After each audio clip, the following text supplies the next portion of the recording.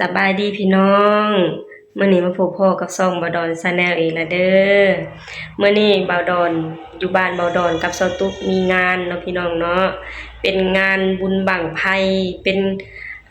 ถือว่าเป็นปีนี้เป็นงานที่ใหญ่เนาะพี่น้องเนาะเพราะว่างาน3งานมารวมอยู่ในงานเดียวกันเนาะพี่น้องก็คืองานบั้งไฟ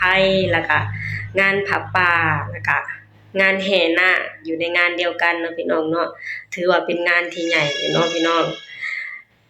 คือตอนนี้นี่สตุกยังอยู่เฮือนของสตุกอยู่เนาะสตุกยังบ่ได้ลงไปเฮือนแม่ยายหอมเนาะเพราะว่าบุญน่ะอยู่ที่บ้านของแม่ยายหอมเนาะพี่น้องเดี๋ยวสตุกจะพากันลงไปรวมตัวกันอยู่เฮือนแม่ยายหอมเนาะคือตอนนี้ก็กำลังพากันเตรียมตัวจะพากันลงไปเนาะพี่น้องไปเบิ่งนำสาวตุ๊กเด้อกองอีตุ่มเลาะบ้านพี่น้องเพิ่นจะแวะเข้าแต่ละบ้านเนาะพี่น้องเนาะเพื่อให้ชาวบ้านโมบุญ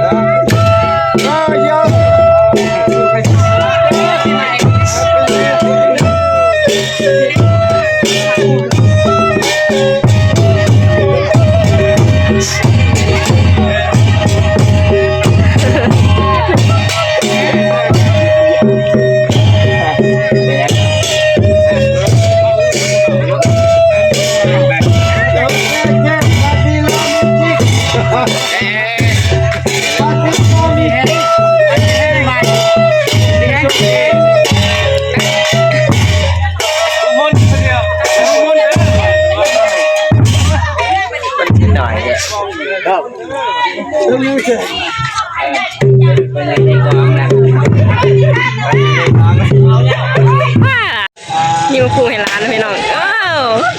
อีกนักนึง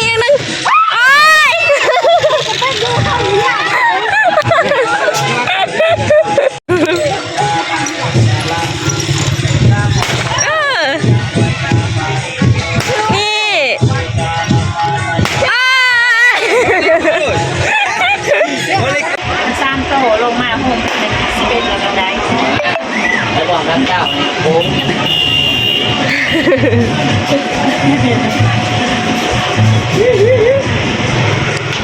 น้องเอามาทางไหนได้ตัวเดียวเหรอแล้วจะมีน้ำเจ้าแล้วมีบ่ไปได้เงินเจ้ามีใจน้ำเจ้าเลย17บอกอ๋อไอ้นี่มันออกบุกกับกันนี่ตรงเท้าพี่ได้นะเห็นป่ะตานี่น้องเคยได้พี่น้องนี่บุกกับบุกอะไรกันพอละได้เงินขึ้นละขึ้นต่อไหนได้ขึ้นต่อไหนขึ้น5,000ได้ขึ้น4,000แต่ก่อยเสี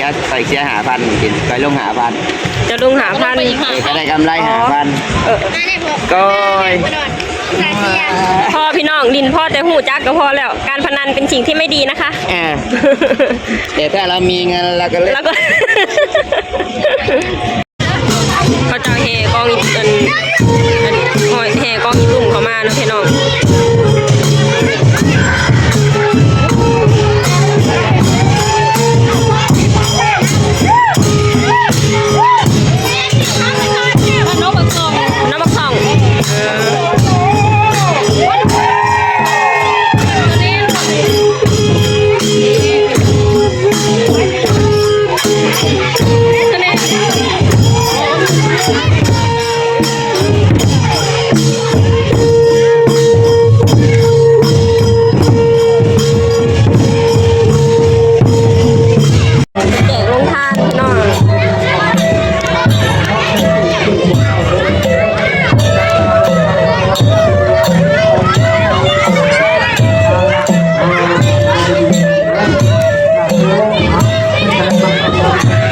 ไป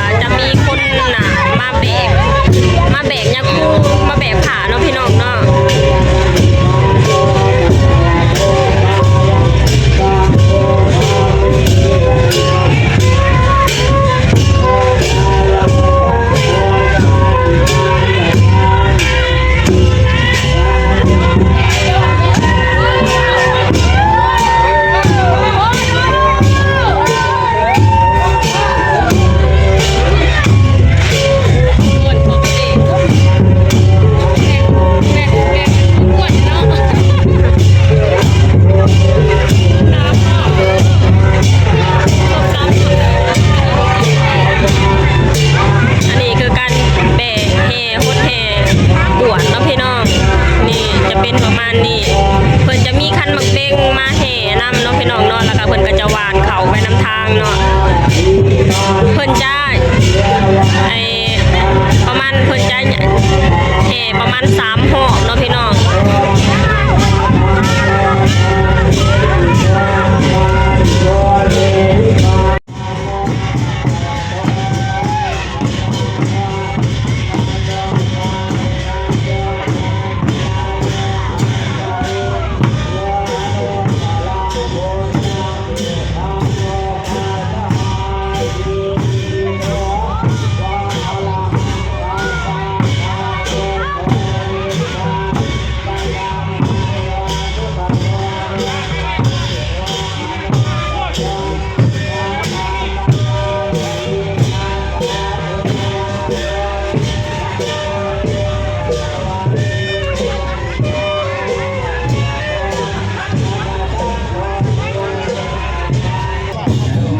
ค่ะเพิ่นพดนาคเนาะพี่น้อง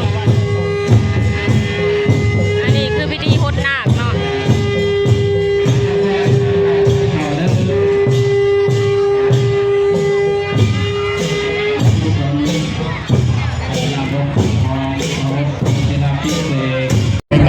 ตั้มกันเลยบอลนี่ โต่งเอานั่นที่ค่ะเนาะพี่น้องเนาะเป็น อนุโมทนาสาธุการที่ว่าเฮาได้ได้งานบุญอันยิ่งใหญ่ในครั้งนี้เนาะบุญ3ประการบุญใหญ่เนาะบุญใหญ่3ประการบุญภาคพิเศษเนาะบุญบังไฟบุญผักป่าเอ้ยเนาะ ให้อาจารย์ใหม่เพิ่นเหยียบ ฉะนั้นแล้วก็ให้ ให้อาจารย์ใหม่เพิ่นเหยียบขึ้นมา จงพระพุทธคณะสาธุการเนาะอนุโมทนาสาธุการและที่ควบเปิดที่ดียินดีเนาะในการกินการกุศลสิ่งให้ได้ก็ทำในวันนี้เราบุญดีจะเป็นปัจจัยเป็นปัจจัยเป็นบันไดแก่หน้า อันนี้เพิ่นเอิ้นว่าหยังพี่น้อง จะให้พระเหยียบมัน เป็นบันไดตัว ใหญ่ค่ะไอ้เหยียบเป็นบันไดขึ้นวัดเนาะพี่น้อง ผ่านพวกกระดาษเนาะกระสือดิพาด เพิ่นเอิ้นว่าวิธีหยังพี่น้องอันนี้นะเพิ่นจะให้พระเหยียบมาบนโบสถ์นำเนาะถ้าตุ้มก็บ่มั่นใจว่าคือพิธีหยังเนาะถ้าตุ้มเคยเห็นอยู่แต่บ่รู้ว่านี่คือพิธีหยังเนาะพี่น้องเนาะ เรือจากพระบารมีพระเดชพระคุณพระแม่ครูบาอาจารย์นำพระของคนหลายโลกสร้างบุญ พี่มาทางพี่มาที่บอลทงหันมาโลด ที่ว่าไม่ต้องหาชาวเข้าโซ่ มาทางนี้ก็ได้ไปโลด ไม่ต้องบุญในพระประธานเนาะ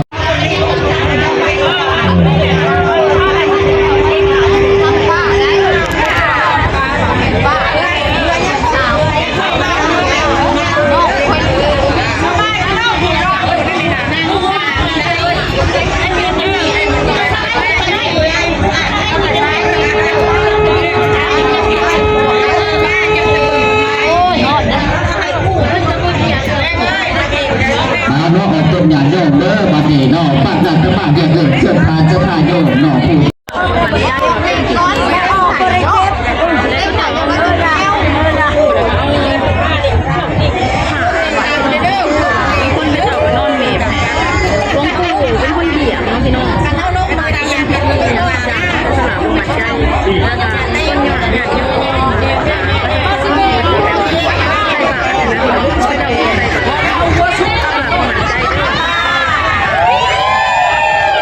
กระตุกก็บ่มั่นใจเนาะพี่น้องว่ามันก็คือพิธีอีหยังเนาะพี่น้องเนาะ พี่ใส่กระตาม คนไทยคนนอน อยากจะพูดเด้อไม่อยากถึงเด้อถ้าจะไปพูดก็ได้ใช่ เอาขาปูแล้วก็ให้ขาขึ้นเหยียบเนาะพี่น้องเนาะเพราะว่าเป็นปีแรก ไปเผาพูดจะไปพูดแม่ เนาะถ้าตุ๊กก็เคยเห็นว่าปีแรกหัวเป็นไงว่าเป็นคือพิธีใดเนาะพี่น้องพิธีหยังเนาะ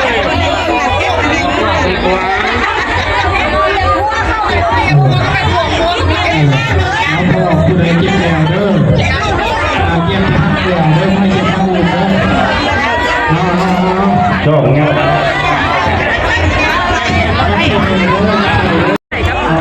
เล่นกับพ่อกันยิ้ม เคยเห็นแต่เขาเจ้าเอาลงเน็ตเนาะพี่น้องเนาะเคยเห็นอยู่แบบนี้นะแต่บ่ฮู้ว่าเพิ่นเอิ้นว่า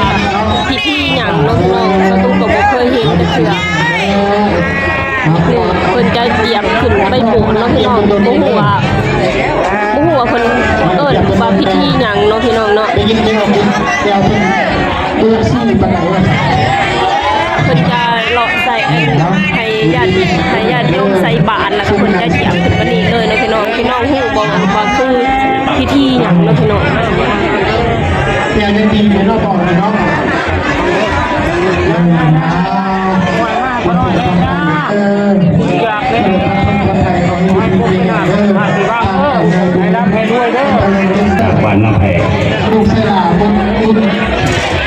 มีสลาคุณเบิร์ดมีสลา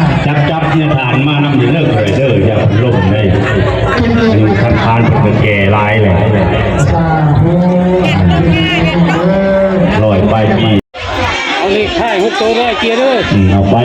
เกียร์ในรถเกียร์ในรถเลข6ตัวเนี่ยเกียร์ในรถ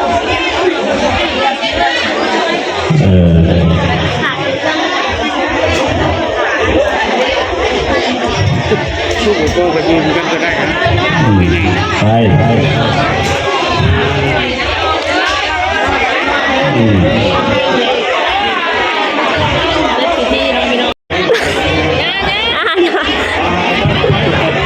เอาน้องออกเป็นงานโยกนอกที่ว่าพิธีนอก